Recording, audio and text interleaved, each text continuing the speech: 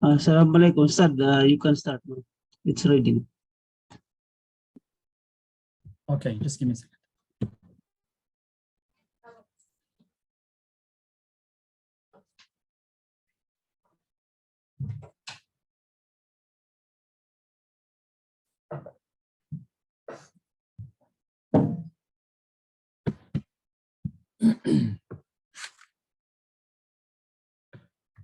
بسم الله الرحمن الرحيم. الحمد لله رب العالمين، والصلاة والسلام على أشرف الأنبياء والمرسلين نبينا محمد وعلى آله وصحبه أجمعين. السلام عليكم ورحمة الله وبركاته جميعا. I hope everyone is doing very well, inshallah. Good to see you again. Just before I start, one notice here. As for the articles and assignments and things that we agree upon in this class, I would like today to thank Abdullah Paolo, may Allah bless him, and his older brother Abdurrahman for helping him also, and their family.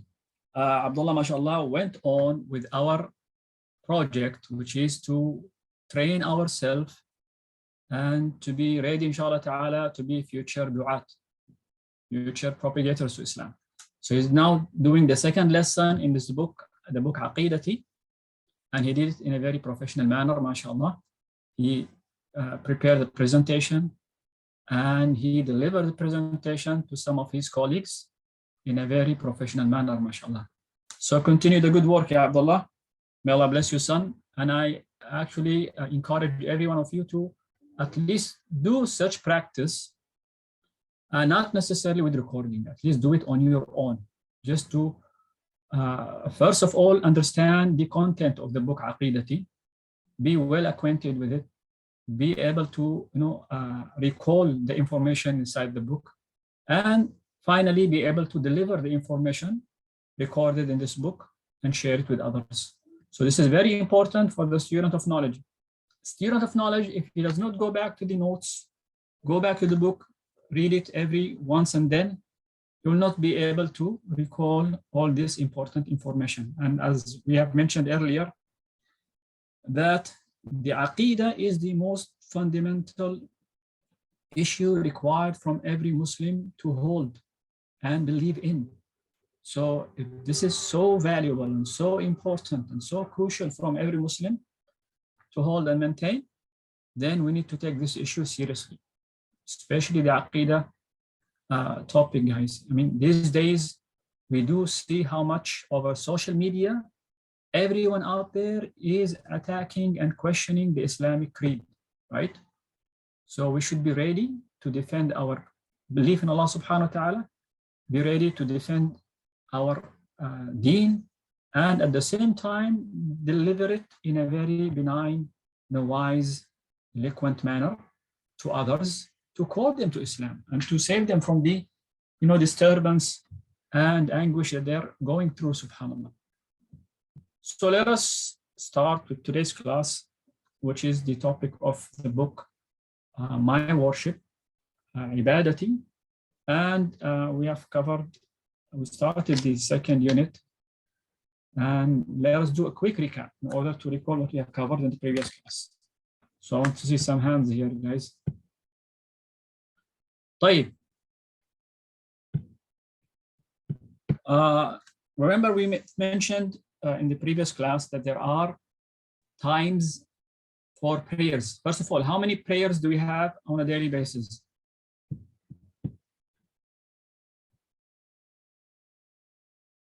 Yes, yeah, Abdullah Bano. 5. 5, excellent. Okay, Abdullah is saying I also conducted a few classes, but I didn't get the time to send them recording. Excellent, excellent, ya Abdullah. Oh, this is Hamza. This is Hamza. Excellent, ya Hamza. Excellent, well done, ya Hamza. At least inform me that you did that. I mean, not necessarily you have to send me the recording, but if you do, it's excellent. But the level that I want from you guys is that to hold such idea and put it into practice, and at least inform me, I did this, I did that, so that I can be informed of your activities and how well are you progressing in this deal. Good. So what the 5 daily prayers have 5 different times. So what are those times? Hamza, go ahead. Can you repeat the question? Yeah, the question is that we have 5 daily prayers, right? Yes. What are the times for those 5 daily prayers? For Fajr. Fajr, good. Continue, Hamza. In order. I just forgot the starting time. Fajr. The 5 times, right? We have Fajr. What's after the Fajr prayer? After Fajr, Zohar, then Asr, then Maghrib, then Isha. Excellent, excellent. So those are the times, right? For the 5 daily prayers. Okay, let us get into more complicated stuff. Tell me, okay, the Fajr time, from what time does it start until what time? Meaning that I must pray the Fajr prayer within these 2 times of Fajr. If I pray it before that time, my Salah is void. If I pray it after the end time of the Fajr time, my Salah is void, not valid. Yes, ya Musa. So from the skyline, like the time you see the sun, like the line of light, to the time that the sun rises. Ahsan, ahsan. So from the beginning of the dawn time, among the signs for the dawn time, is the starting of appearance of light from the east side, right? Like on the horizon, slight lights start to appear. Of course, that light does not change the darkness into day, okay? Only the very beginning, slight light appearance from the eastern side, from the horizon. Until what time? Until the tip of the sun rises. Once the sun disk's tip rises, here we say this is the end of Fajr time. So we must pray in between these 2 times. This is the Fajr time. Excellent. What about the Dhuhr time, guys? Who can tell me the time for Dhuhr?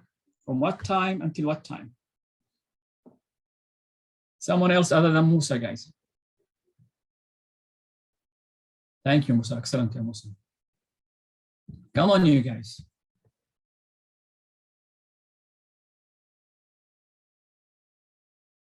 Show me hands. So this is the importance of taking notes, guys, right? Plus having the book and doing review. Abdurrahman Bawa, please go ahead, son. I think it was when the shadow, you cannot see your shadow. So like the sun is on top of you. That is the start of Dhuhr. And then the ending of Dhuhr would be immediately when Asr time comes. So when the shadow is double your length, I think. The same of your length. Oh, okay. Yeah, when the shadow is the exact same of your length. This is the end of Dhuhr time. Good, ahsant ya Abdurrahman. So it's from the time where the sun is on top of your head. Once the sun moves slightly toward the west and the shadow appears to the east, right? Here, this is the beginning of Dhuhr time. This is the beginning of Dhuhr time. And until your shadow becomes your height in length. The same height that you have and the length of your shadow, if they are the same, this is the end of Dhuhr time. But tell me another question, guys. Tell me, is there a gap between Fajr time and Dhuhr time?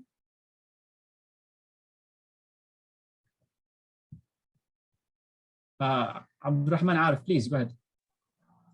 No. So does that mean, Abdurrahman, once we finish Fajr prayer, we can pray Dhuhr prayer immediately? Or is there like few hours between Fajr and Dhuhr? What do you think, Abdurrahman Arif? Can you say it again? Yeah, I mean, is there a time gap between Fajr and Dhuhr? Meaning that if Fajr time finishes, are we allowed immediately to pray Dhuhr prayer, or we must wait until we see the signs of Dhuhr?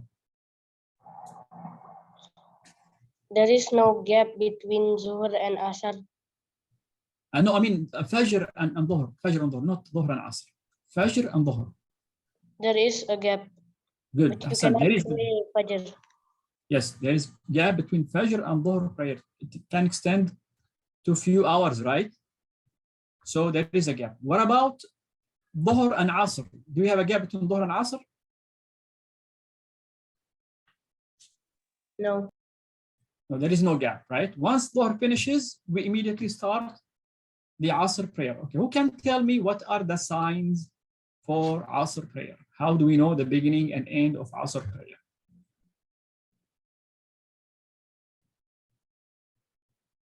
Hamza, go ahead.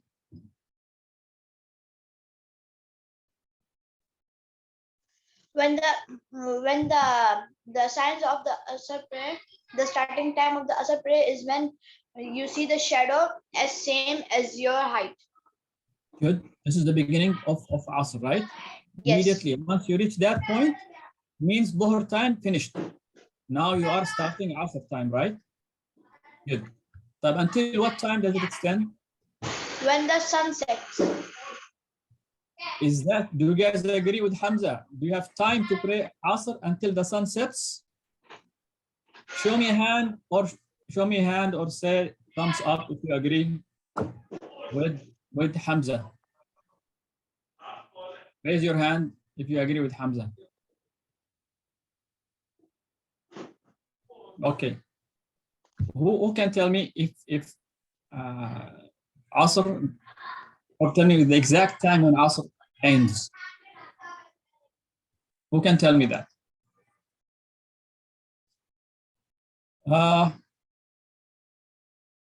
Musa, go ahead, son. When the sun becomes yellow. When the sun becomes yellowish, right? This Yeah. is one sign, okay? Usually the sun, when you see the rays of the sun against the wall during noon time, it's white, bright white, right? But Yeah. once you see it's changing into yellowish color, the rays become yellowish against the walls. Here, this is a sign for the end of Asr prayer. Some say also, which is a time less than that, if it's related to the shadow. What happens to the shadow also? The second sign, the end of Asr time based on shadow size. How long is the shadow must be in order to realize that this is the end of Asr time. Abdurrahman Arif, please. Son.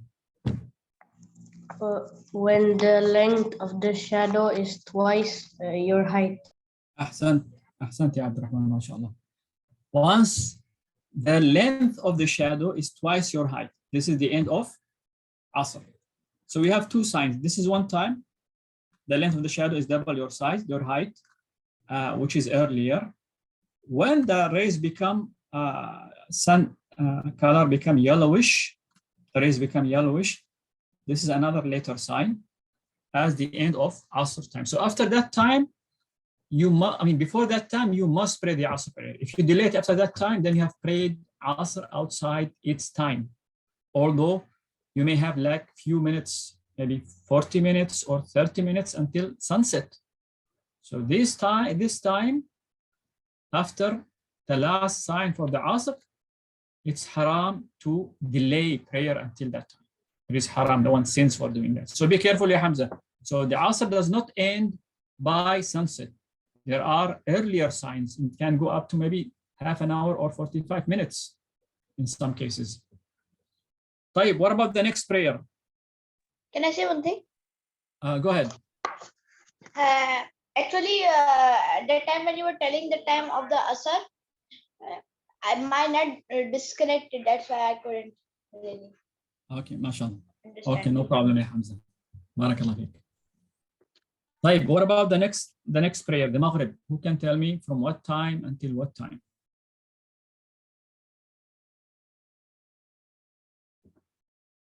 Siraj, go ahead, please.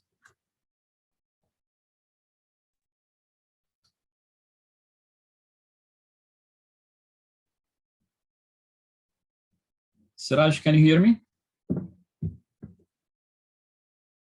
So Maghrib prayer starts when the sun sets and lasts. Hello. Yes, yes, we can hear you. Maghrib prayer time starts when the sun sets and it lasts till the when there is a twinkle in the sky, a little light of the sun. Yeah, twilight. Yeah, until the twilight, which is the reddish color, right? Once the twilight disappears and becomes full darkness, here we know that this is the end of Maghrib time. So Maghrib time is very short, actually. Maybe it does not go beyond 1 hour, okay? In some areas, maybe less than 1 hour, subhanAllah. So that's why we need to make sure that we pray Maghrib time as soon as possible, not to delay Maghrib time. Especially if you are in a city, you must pray it in the masjid with the jama'ah, in a congregation. طيب, is there a gap between Asr and Maghrib prayer?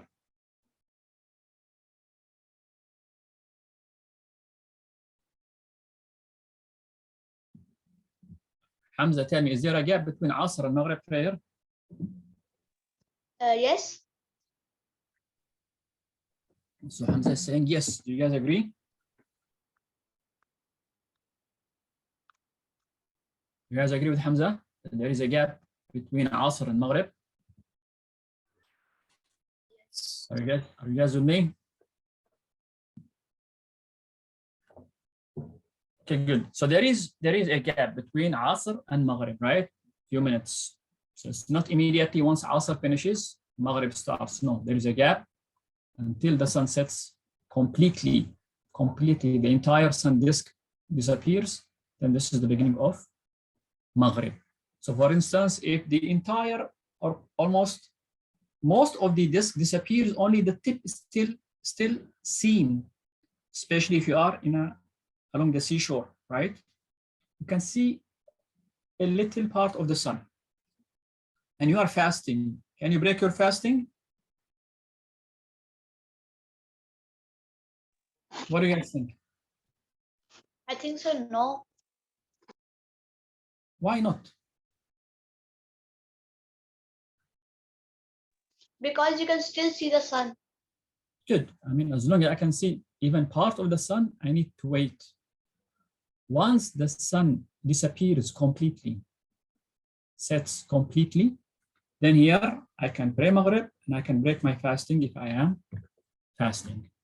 Excellent. What about the last prayer, guys? Isha. Who can tell me from what time Isha starts until what time? طيب, Abdurrahman Arif, go ahead.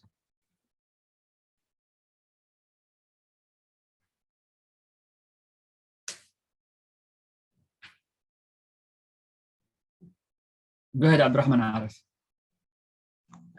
From the end of Maghrib to midnight. Good. From the end of Maghrib, meaning there is no gap between Maghrib and Isha. Once Maghrib ends, we start Isha time until midnight. Do you guys remember how do we calculate the midnight? Can I tell? Ahmad Sheikh, go ahead. Raise your hand, Hamza, if you have an answer. Shall you calculate the time of midnight from the beginning of Maghrib time till the end of the Fajr time? Till the beginning, Ahmad, of Fajr time. Okay. Okay. Continue. What do you do next? Then you divide that in half, Ahsant. and that's midnight. Yeah, you divide that in half, you get a number, right? Like 5 hours, 5 hours and a half. What do you do with that time, the 5 hours and a half? You add it to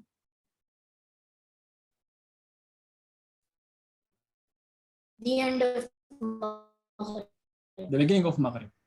To the beginning of Maghrib time. The result will be midnight. Okay. Who can give me an example, guys, in order for everyone to, understand how we calculate the midnight? Abdurrahman Baulu, please. Say that Maghrib time is 7 o'clock, 7 p.m. Then Good. Fajr time would be at maybe 5. So you count from the beginning of Maghrib until Fajr. So 7, so 8, 9, 10, 11, 12, 1, 2, 3, 4, 5. That would be 10 hours. Then divide Good. that in half. So that would become 5. And then you Good. add 5 to the beginning of Maghrib time. So 7 plus 5 equals 12. And that would be your bedtime. Good. So in your example, Abdurrahman, the answer is 12 midnight, right? Yes. So in the example mentioned by Abdurrahman, 12 midnight. But if like Maghrib was 7.5, here we'll see that midnight will pass 12. If Maghrib was prior to 7, you'll see that Isha ends prior to midnight, like 11:15 or so. 11:45 or so. Okay. So it depends on this calculation. So always do not just count that midnight is always 12 a.m. No, it depends on the Fajr and Maghrib time and the gap in between. Okay. So excellent. So let us move to today's topic. Let me share the screen with you guys.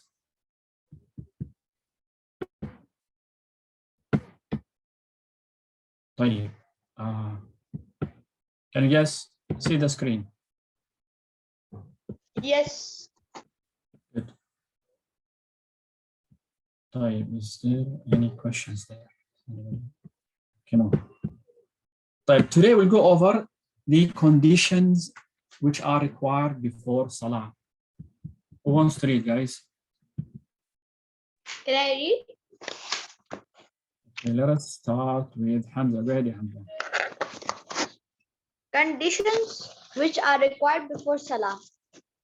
Besides being Muslim, sane, and having reached the age of discernment around 7 years old, one must also fulfill the following requirements when possible. Good. Being in a No, state of purity. Hold on a second, Hamza. Yes. Let us cover this first point. So the one who is going to perform prayer, he must be a Muslim, right? If a non-Muslim prays, his prayer is not accepted. Why? Because he has missed the precondition that he must be Muslim. So in order for his Salah to be accepted, he must accept Islam first, and then check for the other conditions, and he can perform prayer. Secondly, he must be a sane person. He must be a sane person. Someone is having his mic. You guys mute your mics, please. Hamza, yes, thank you. Secondly, he must be a sane person. What do I mean by sane? He is not insane. He is not a lunatic, right? If he is lunatic, then he is not required to pray because he has no conscience and he doesn't know what to say, what to do, no intention, nothing at all. That's why the Salah is not accepted.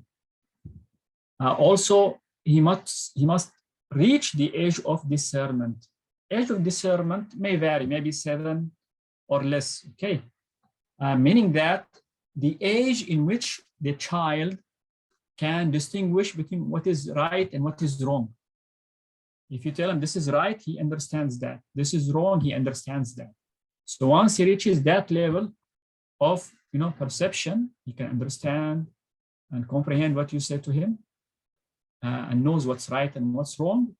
From that age, he is not necessarily required to pray, but if he prays, his Salah is accepted. His Salah is accepted. So if he prays when he is 6 years old, Salah, maybe he is younger than the age of discernment, his Salah is not accepted.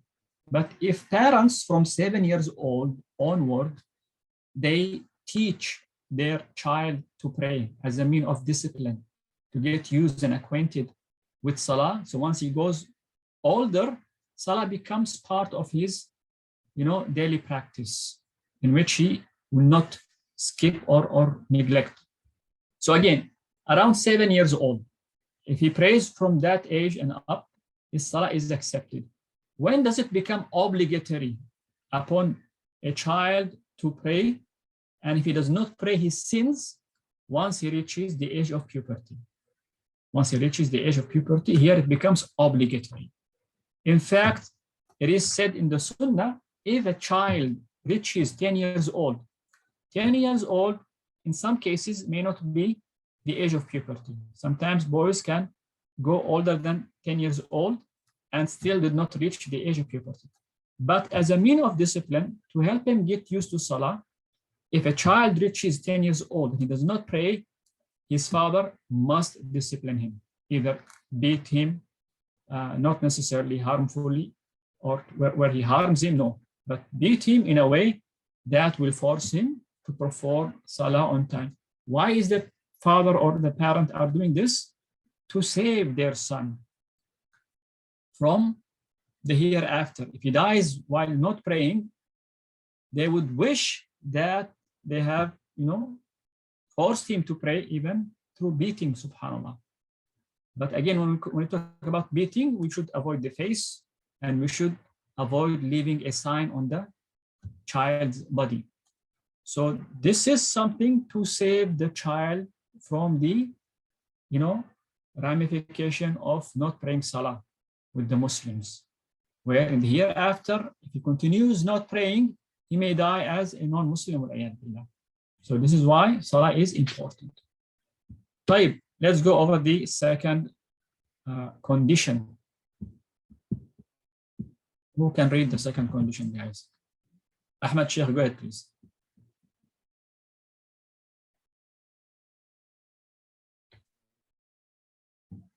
Ensuring that the body, clothing, and place of prayer are pure and free from impurities. No, the first one. Number one, yeah, Ahmed. Being in a state of purity, to have wudu. The Prophet sallallahu alaihi wasallam said, Allah does not accept the prayer of any one of you if he does hadath, until he performs ablution. Good. So the first condition, if you are going to pray, you must have ablution, right? So can someone pray without ablution? What do you guys think? If someone prays without ablution, is his Salah accepted? No. No, it's not accepted. Good. طيب, imagine someone, subhanallah, he went to the masjid walking and he reached the door of the masjid and he had a long walk. Once he reached the masjid and he stood up in Salah, waiting for the takbir of the Imam to start the Salah, he lost his ablution. If he says, Allah is the oft forgiving, I shall continue my prayer. Allah will not neglect my, tiresome trip to the masjid and my good intention to pray this Salah. So let me continue my Salah without ablution. Is his Salah valid, guys? What do you guys think? Maybe yes. Who's saying maybe yes?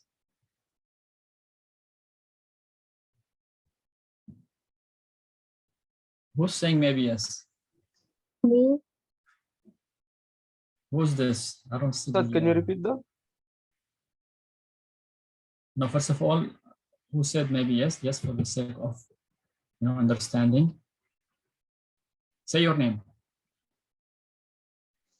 Musa. Okay, Musa. So the question is again, guys, if someone walked to the masjid and he, mashallah, walked for 5 minutes to the masjid, and then he entered the masjid, and the Imam is about to say Allahu Akbar, starting the Salah. This guy stood up in the row and he said Allahu Akbar after the Imam, and then he lost his wudu. He lost his ablution. And in his mind he said, well, it's okay, it's fine to continue praying without wudu, because Allah is the oft forgiving. Allah will not neglect my effort to come to the masjid, the time, the tiresome, walk to the masjid. Allah is the oft forgiving. Is his Salah and his excuses accepted, guys? No, no. No, it's not accepted, right? It's not accepted because ablution is a must for salah. Let me give an example. Maybe some of the boys are falling into when they wake up for Fajr prayer, right? And in many cases, they go back after Fajr prayer to sleep. What do some boys do? When it comes to washing their faces, they just take a little bit of water, avoid the eyes, because they don't want to make themselves wake up, and they want to keep the drowsiness still in their faces so they can sleep again once they finish the salah, right? So they wash around the eyes, and water does not reach the eye area at all. So they missed part of the face, right? They missed part of the face from being washed by water. Is such wudu valid, guys? No. Why not? It's only a small portion of the face, not the entire face, guys. Come on, guys, don't be tough on boys. What do you guys think? Allah is Ghafoor Rahim, right? Allah is the oft forgiving.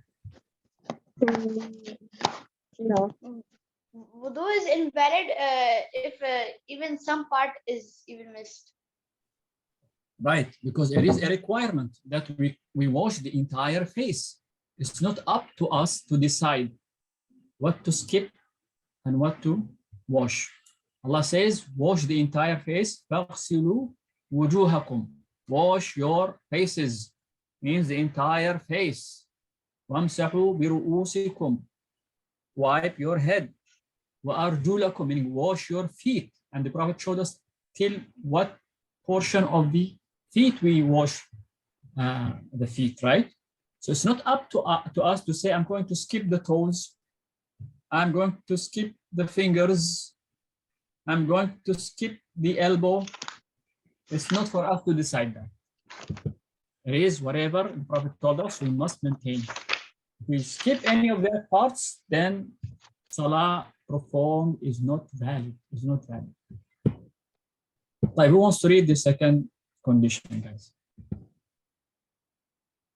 Siraj, go ahead, please. So I have a question. Go ahead. If someone has a disease, he can't just have his wudu for long. His wudu breaks after a minute or two. Good. So what should he do in that case? Good question, yeah, Hamza. For instance, if someone always drops of urine comes right from his private part, and he makes wudu, drop is coming. He completes wudu, drop is coming. Okay, so in this case, he just performs wudu for every prayer. Okay, once prayer time starts, he makes wudu, irrespective of the coming out of this like urine or maybe air.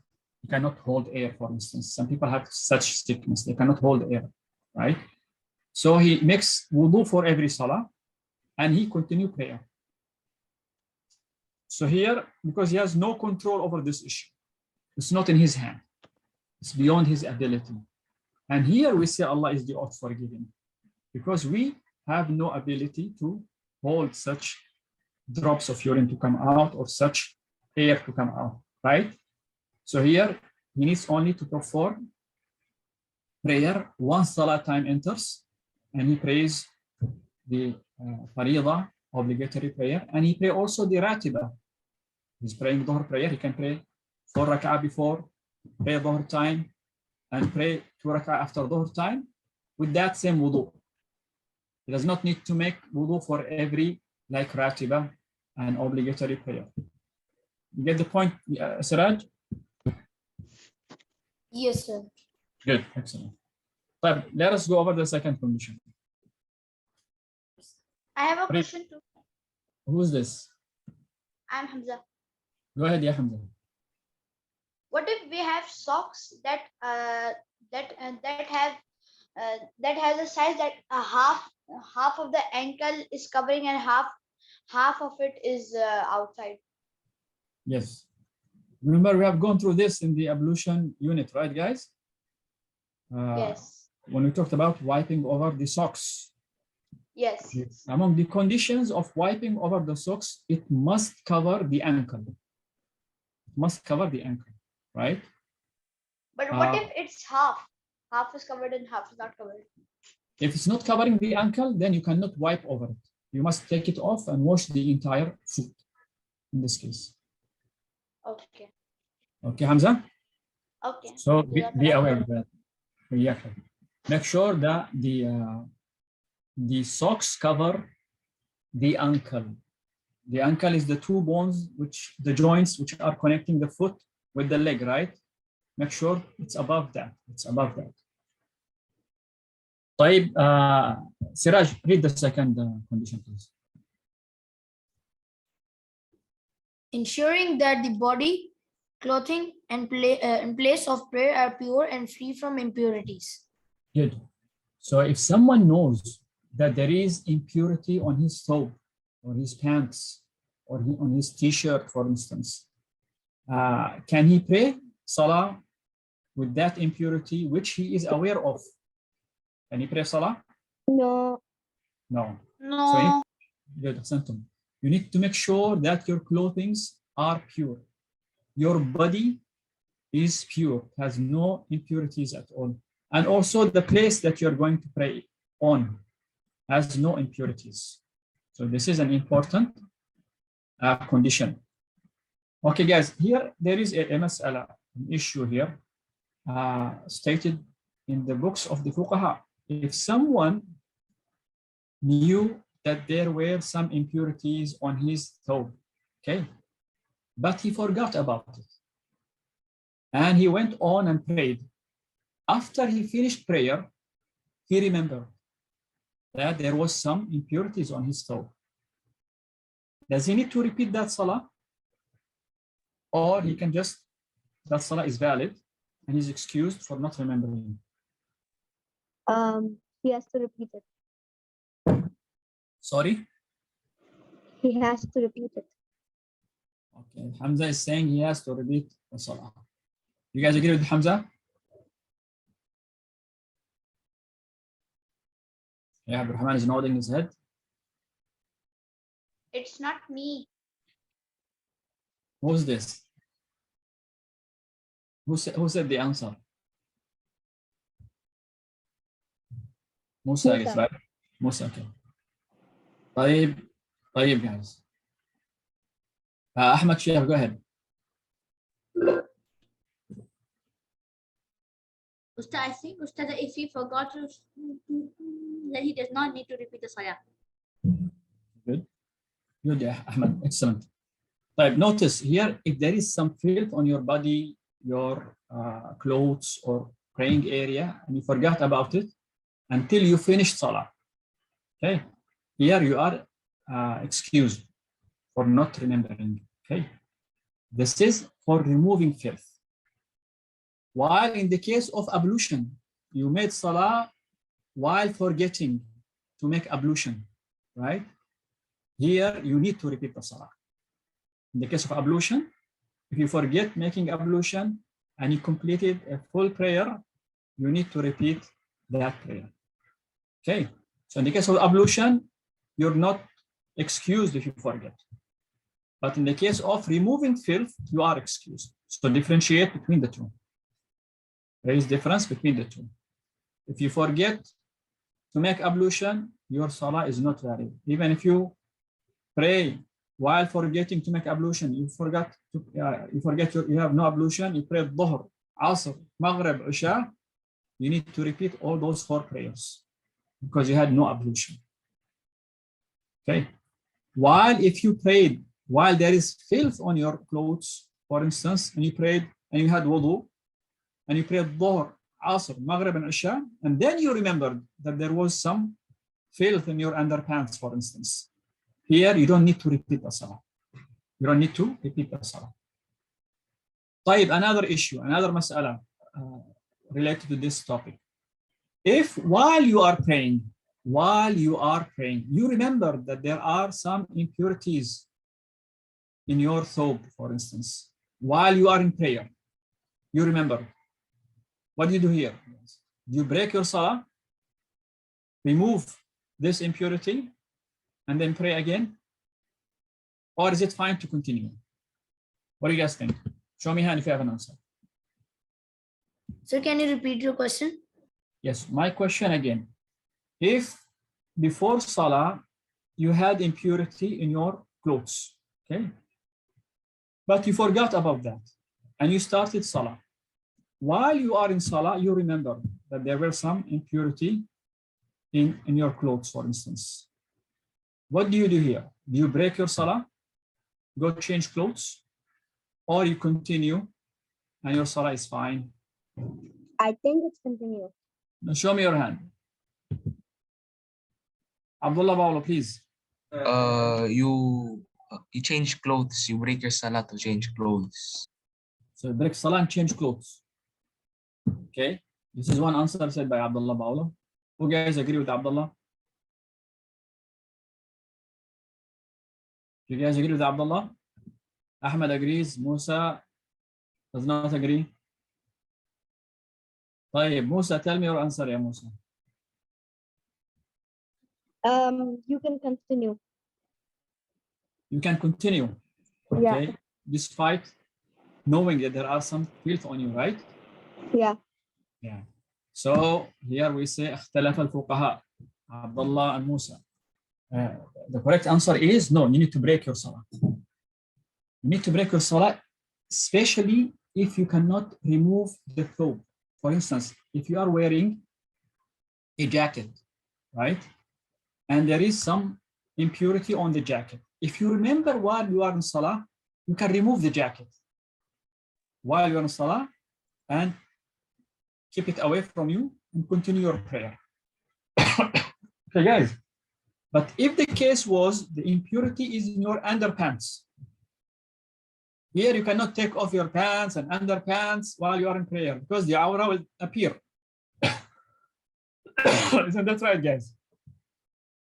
So in this case, you need to break your salah. You need to break your salah and go change clothes and then start salah all over again. Start salah all over again. Is this clear, guys? Yeah, but can I say something? The reason I thought it was you can continue because like in one time Prophet Muhammad was praying and there was like some impurities on his Quran. So Hazrat Rubail told him and he just took them off in the middle of prayer. So that's why I thought like you couldn't, Yes. you could continue. MashaAllah, Musa, MashaAllah. Well said, excellent. I love that when I see you guys relating the hadith to what we are discussing. Ahsant ya Musa. So Musa, based on this hadith, he thought that it's fine to continue your salah. But notice the Prophet, what did he do? He took off his slippers, right? They were wearing slippers, and Jibril told him that there are some impurities in your slippers. He took it off. And the companions imitated the Prophet behind him. They took off their slippers. Thinking that we should do that in salah. Then he told them after salah, Jibril came to me. Told him, why did you take it? He told them, why did you take off your slippers? They said, we saw you doing that, Ya Rasulullah, and we did like you did. He said, well, Jibril came to me and told me that my shoes or my slippers had impurities. That's why I had to remove them. So here we note that if it is possible to get rid of the impurity or the cloth that had impurity, and that does not reveal our aura, okay, then we can do that and continue our prayer. Otherwise, if you remove the clothing that you are wearing in salah, and removing that cloth will lead to the appearance of your aura, we say no. Here you need to break your salah, go change your clothes. Abdurrahman Arak, yes, go ahead, son. What if you don't know there is an impurity even after you pray? I mean, if you don't know at all, khalas, you don't know, right? You don't know, you're excused. But once you realize that there are impurities and you see it and you're sure, here we say, no, you need to change the clothes. Okay? If you are in salah, you need to break your salah. If you are in salah and you can remove them without your aura appears, you remove it and you continue your salah. Someone is wearing a cap, for instance, right? And he remembered that there are some impurities on his cap. or kufiya, for instance, and he is praying, you just take it off and put it down, and you continue your salah. So let us move to the third condition, guys. Who wants to read? Ahmed or Usama, do you guys have a question?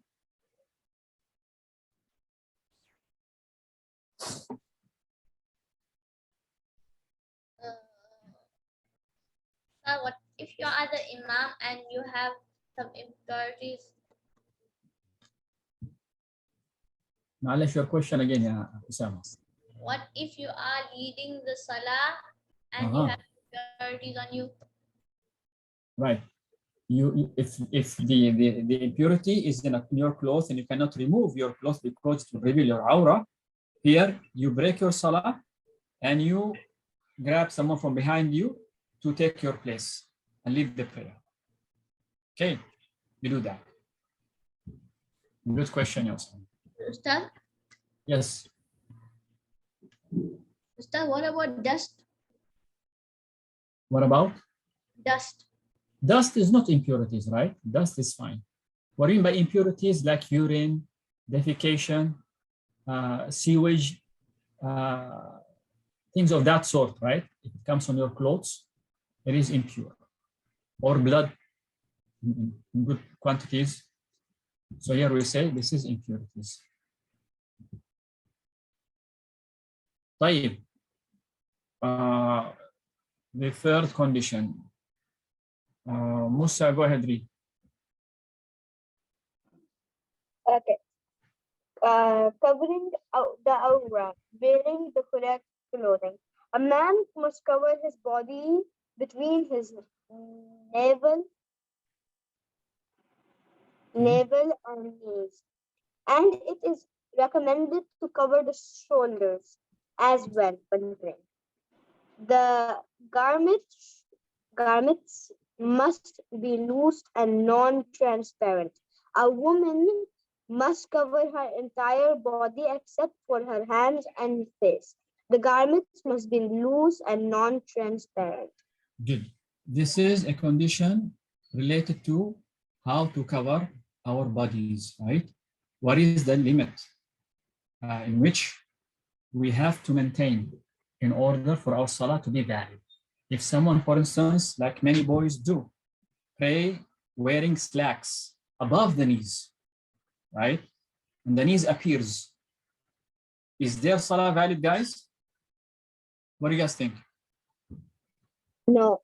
No. Why not? Because he did not meet this condition. He must cover his body from the navel until including the knees. Okay, including the knees must be covered. I have a And question. Hold on a second. So also, this is the minimal requirement for a man in order to pray from the navel, including the navel, up and including the knees must be covered. To cover the shoulder, this is highly recommended. This is recommended to do that. But if someone prays without covering the shoulders, his prayer is still valid. And also we need to make sure that the clothing are not transparent, where you can see the skin color through. If someone is wearing like a piece of clothes to cover his lower part of his body, right? And that piece of cloth is transparent, meaning that you can see the color of the skin. We say this is not a valid piece of cloth to wear while maintaining or while performing the prayer. Musa, your question, yeah, Musa. What's a navel? The belly button. Okay. Belly button must be covered.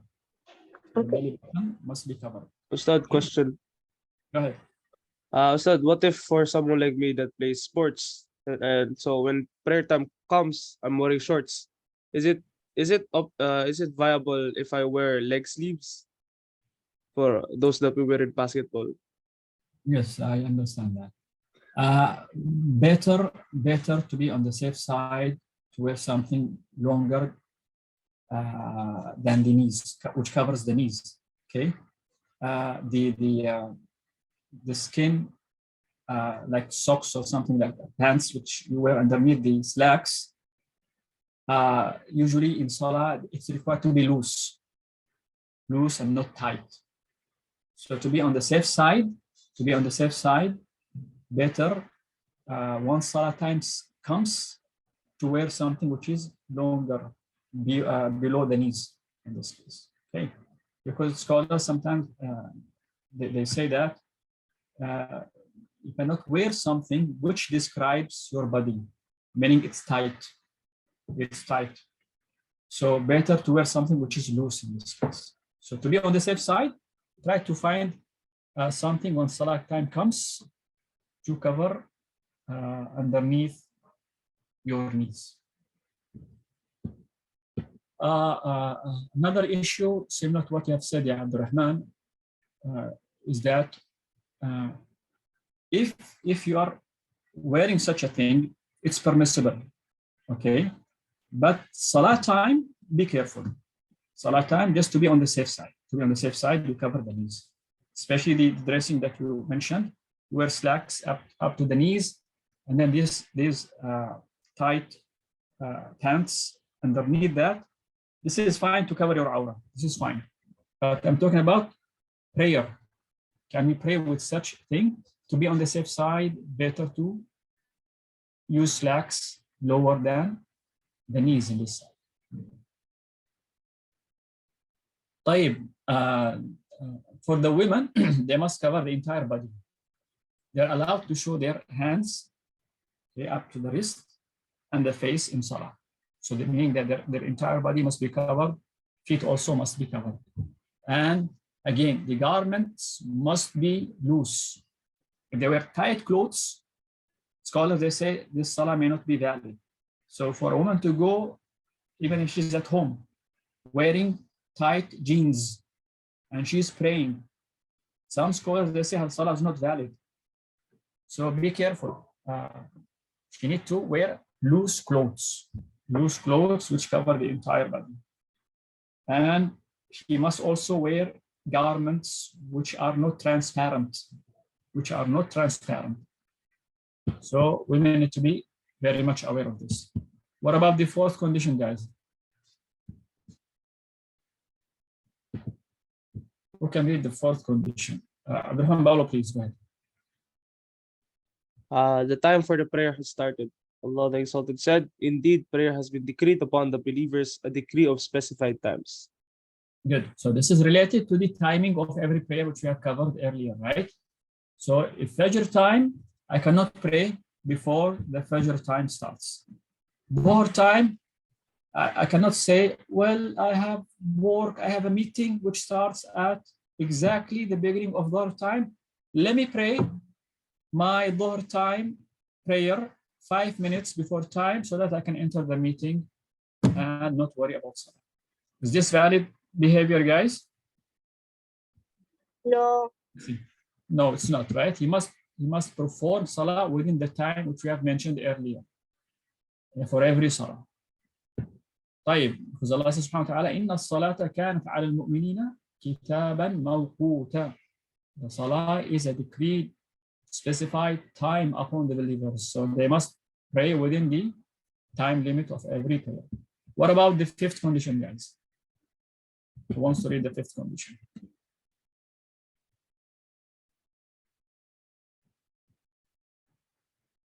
Muhammad Maynor, how about you read the fifth condition, son? Number 4. Number 5. Facing the Qibla, the Kaaba direction. Wherever you are on the globe, you must pray towards the Kaaba in Makkah. There are special compasses designed to help you find the Qibla direction. Good. So here it is a must. I cannot pray in any direction like I wish. I must do my best to face the Qibla in my prayer, to face the Kaaba in my prayer. If I am traveling and I couldn't find anyone around me to give me direction of the Qibla, what should I do? What do you guys think? Siraj, go ahead.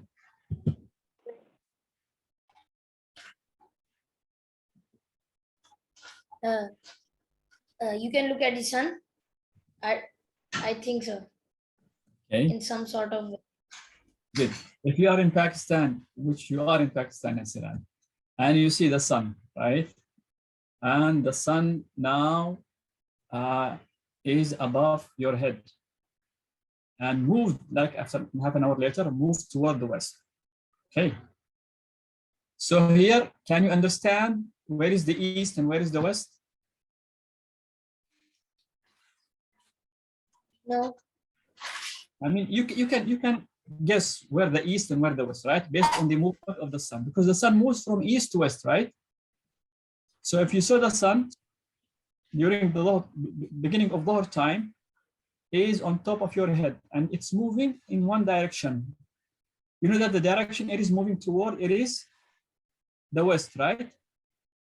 So once you know the west, you can tell the east. Okay, and you can tell the north and the south. And you know that in Pakistan, you guys pray maybe in the east direction.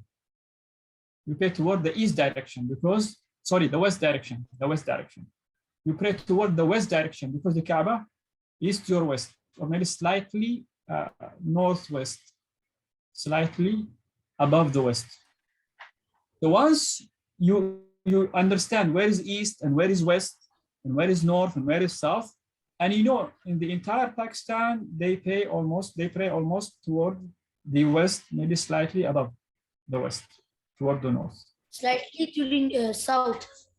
Slightly to the south. Okay, so you guys are further north from the Mecca.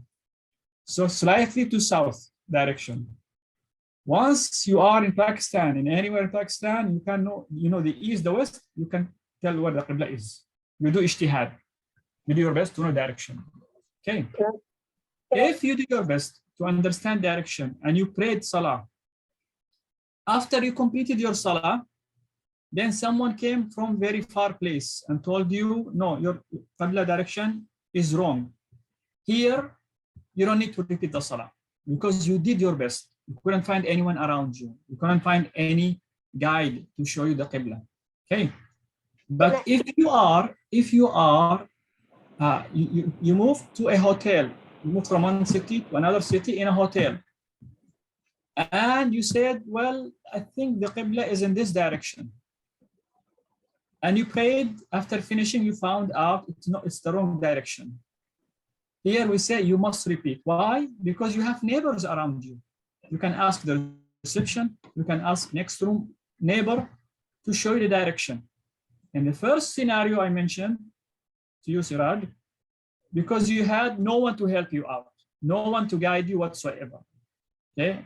You are alone in a place where no one is around you. You strived and you did your best. But in the case inside the hotel, there are people around you to help you out and find the Qibla direction. Who has a question, guys? Yeah, it's not a question, it's a way. Like for me, where I'm living right now, if it's like if you can make the compass to four, like in the compass to get it to four, like that's where the Qibla is. Okay. So you mean Musa, through the compass, you can find the north, right?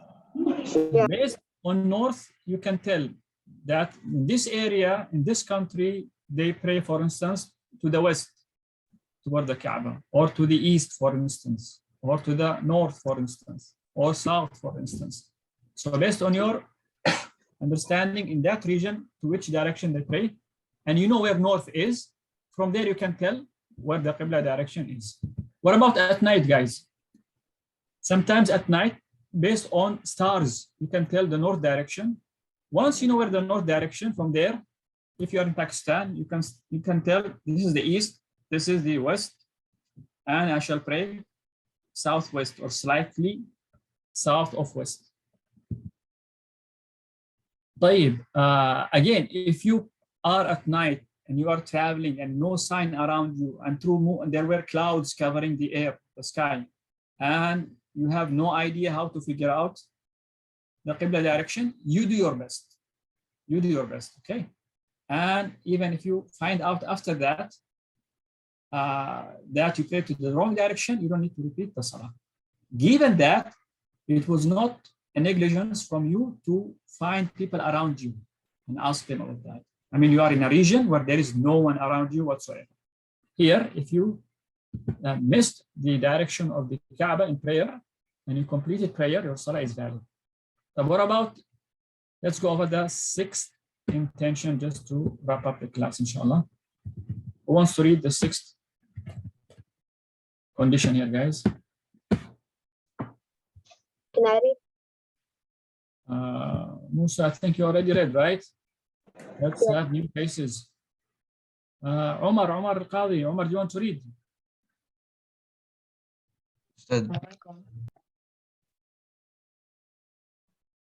Omar, are you with us, Omar? Yes, I'm here. Go ahead, son.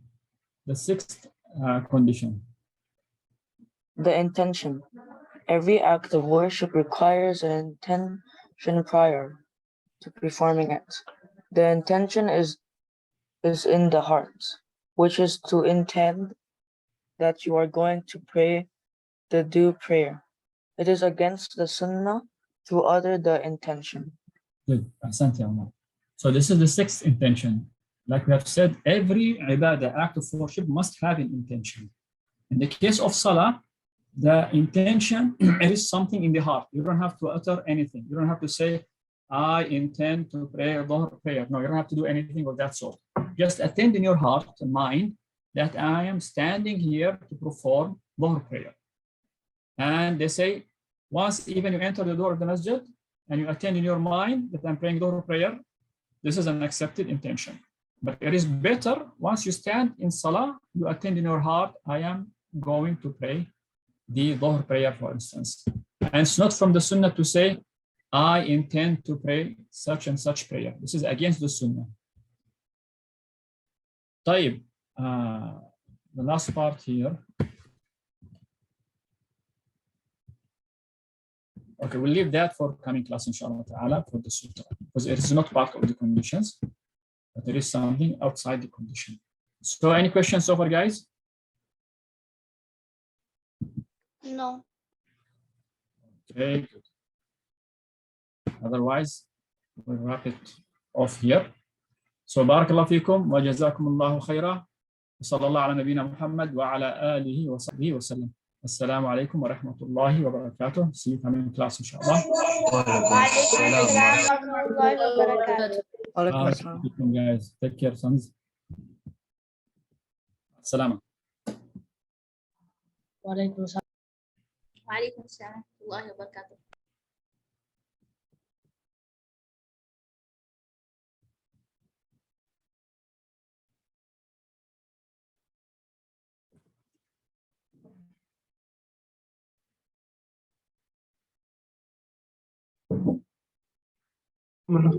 Assalamu alaikum.